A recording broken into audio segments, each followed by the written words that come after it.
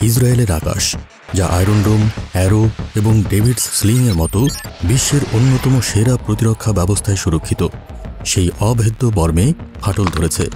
এই ফাটল ধরিয়েছে ইরানের এক নতুন অদৃশ্য ঘাতক, ফাত্তাহ-2।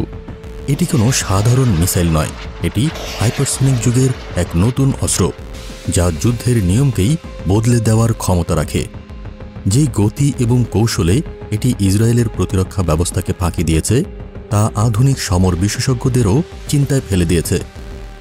একটু ভেবে দেখুন, বিলিয়ন ডলারের একটি প্রতিরক্ষা ব্যবস্থা, যা বছরের পর বছর ধরে ইসরায়েলকে সুরক্ষা দিয়ে এসেছে, তা কিভাবে একটি মিসাইলের সামনে অসহায় হয়ে পড়ল। এই গল্পটি শুধু একটি অস্ত্রের নয়, এই গল্পটি প্রযুক্তি এবং রণকৌশলের এক নতুন অধ্যায়ের। ভয়েস অব বাংলাদেশের আজকের পর্বে আমরা সেই হাইপারসোনিক মিসাইলের যুদ্ধের গভীরে ডুব দিব।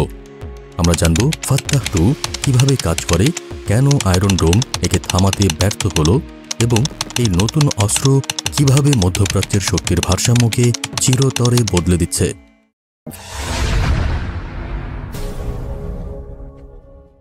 ফাত্তাহ-2 এর আসল শক্তি লুকিয়ে আছে এর অবিশ্বাস্য গতি এবং অপ্রত্যাশিত গতিপথের মধ্যে। ঘণ্টায় প্রায় 18,000 কিলোমিটার গতিতে, অর্থাৎ শব্দের চেয়ে প্রায় 15 থেকে 20 গুণ দ্রুত এটি লক্ষ্যবস্তুর দিকে ছুটে যায়। এই প্রচণ্ড গতির কারণে আয়রন ডোম বা অ্যারো সিস্টেমের মতো প্রতিরক্ষা ব্যবস্থাগুলো একে শনাক্ত করে ধ্বংস করার জন্য যথেষ্ট সময়ই পায় না। এর আক্রমণ পদ্ধতি একটি শিকারী বাজ পাখির মতো। প্রথমে একটি বুস্টার রকেট মিসাইলটিকে বায়ুমণ্ডলের প্রায় কিনারা পর্যন্ত নিয়ে যায়। এরপর বুস্টারটি আলাদা হয়ে গেলে ওয়ারহেড বহনকারী গ্লাইড ভেহিকেল HGV তার নিজস্ব যাত্রা শুরু করে। এটি বায়ুমণ্ডলে পুনরায় প্রবেশের সময় এর অ্যারোডাইনামিক ডিজাইন এবং ছোট একটি ইঞ্জিন ব্যবহার করে সাপের মতো এঁকে বেঁকে উড়তে থাকে। সাধারণ ব্যালিস্টিক মিসাইল যেখানে একটি নির্দিষ্ট পথে চলে, সেখানে ফাত্তাহ-2 ক্রমাগত তার গতিপথ পরিবর্তন করে। ইসরায়েলের আকাশে যে ড্রাগনের লেজের মতো আলোর রেখা দেখা গিয়েছিল, তার কারণ ছিল এই অপ্রত্যাশিত চলন। এই কৌশলই রাডার সিস্টেমকে বিভ্রান্ত করে এবং একে আটকানো প্রায় অসম্ভব করে তোলে। ইসরায়েলের জন্য সবচেয়ে বড় দুর্বলতা হল এর ভৌগোলিক আয়তন। ইরানের তুলনায় ইসরায়েল প্রায় 75 গুণ ছোট। এর মানে হল ইরান থেকে ছোড়া যে কোনো মিসাইল মাত্র কয়েক মিনিটের মধ্যেই ইসরায়েলের যে কোনো প্রান্তে আঘাত হানতে পারে। অন্যদিকে ইরানের বিশাল ভূখণ্ডের কারণে তারা তাদের মিসাইল লঞ্চারগুলোকে দেশের বিভিন্ন দুর্গম এবং গোপন স্থানে লুকিয়ে রাখতে পারে, যা ইসরায়েলের পক্ষে খুঁজে বের করে ধ্বংস করা অত্যন্ত কঠিন। এটি ইরানকে এক বিশেষ কৌশলগত সুবিধা দিয়েছে। তাহলে প্রশ্ন হল, ইসরায়েলের বহুস্তরীয় প্রতিরক্ষা ব্যবস্থা কেন ব্যর্থ হল? ইরান একটি অত্যন্ত চতুর কৌশল গ্রহণ করে। তারা প্রথমে ইসরায়েলের দিকে শত শত সাধারণ ড্রোন এবং ক্রুজ মিসাইলের একটি ঝাঁক পাঠিয়ে দেয়।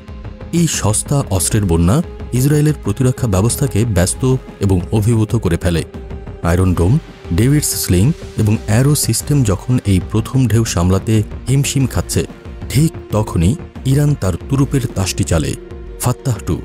প্রতিরক্ষা ব্যবস্থা যখন বিভ্রান্ত, তখন ফাত্তাহ-2 তার পথ পরিবর্তন করার ক্ষমতাকে কাজে লাগিয়ে সহজেই প্রথম স্তর অর্থাৎ অ্যারো মিসাইলকে ফাঁকি দেয়। এরপর ডেভিডস স্লিংকেও এড়িয়ে যায় এবং সবশেষে আয়রন ডোমের সামনে এসে পৌঁছায়, যা মূলত হাইপারসোনিক মিসাইল মোকাবেলা করার জন্য তৈরিই হয়নি। ইরান দাবি করেছে এই কৌশলেই তারা তেল আবিবের সামরিক গোয়েন্দা সদর দপ্তরের মতো গুরুত্বপূর্ণ লক্ষ্যবস্তুতে আঘাত হানতে সক্ষম হয়েছে। এই হাইপারসোনিক অস্ত্রের দৌড়ে শুধু ইরান একা নয়, এটি এক নতুন বিশ্বব্যাপী প্রতিযোগিতা। মার্কিন যুক্তরাষ্ট্র এমন স্ক্র্যামজেট ইঞ্জিন তৈরি করছে যা মাত্র 18 মিনিটে চীন পৌঁছাতে পারে। চীনের ডংফেং 17 বিশেষভাবে মার্কিন বিমানবাহী রণতরীকে লক্ষ্য করে তৈরি করা হয়েছে। আর রাশিয়ার কিনঝাল মিসাইল তো ইউক্রেন যুদ্ধে ইতিমধ্যেই ব্যবহৃত হয়েছে। এই প্রযুক্তি প্রমাণ করে ভবিষ্যতের যুদ্ধ হবে গতির, কৌশলের এবং নির্ভুলতার। তবে এই যুদ্ধের সবচেয়ে আশ্চর্যজনক দিকটি হল এর খরচ।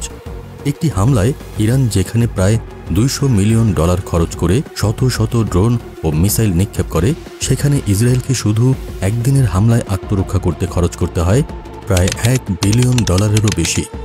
একটি অ্যারো মিসাইলের দাম যেখানে $2.5 মিলিয়ন, সেখানে ইরানের একটি ড্রোনের দাম মাত্র $20,000। এই অর্থনৈতিক অসামঞ্জস্য ইসরায়েলের জন্য একটি দীর্ঘমেয়াদী যুদ্ধের ক্ষেত্রে বিশাল এক চ্যালেঞ্জ। ফাত্তাহ 2 এর আগমন প্রমাণ করে যে কোনো দেশের আকাশই আর সম্পূর্ণ নিরাপদ নয়। ইরানের এই সাফল্য শুধু একটি সামরিক বিজয় নয়, এটি একটি মনস্তাত্ত্বিক বিজয়ও। তারা দেখিয়ে দিয়েছে যে উন্নত প্রযুক্তি এবং সঠিক কৌশলের মাধ্যমে বিশ্বের সবচেয়ে সুরক্ষিত দুর্গও ভেঙে দেওয়া সম্ভব।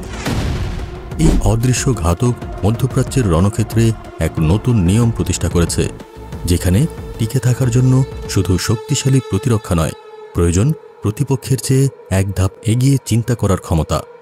এই ক্ষমতার লড়াই আগামী দিনে বিশ্ব রাজনীতির গতিপথ কোন দিকে নিয়ে যায়, সেটাই এখন দেখার বিষয়।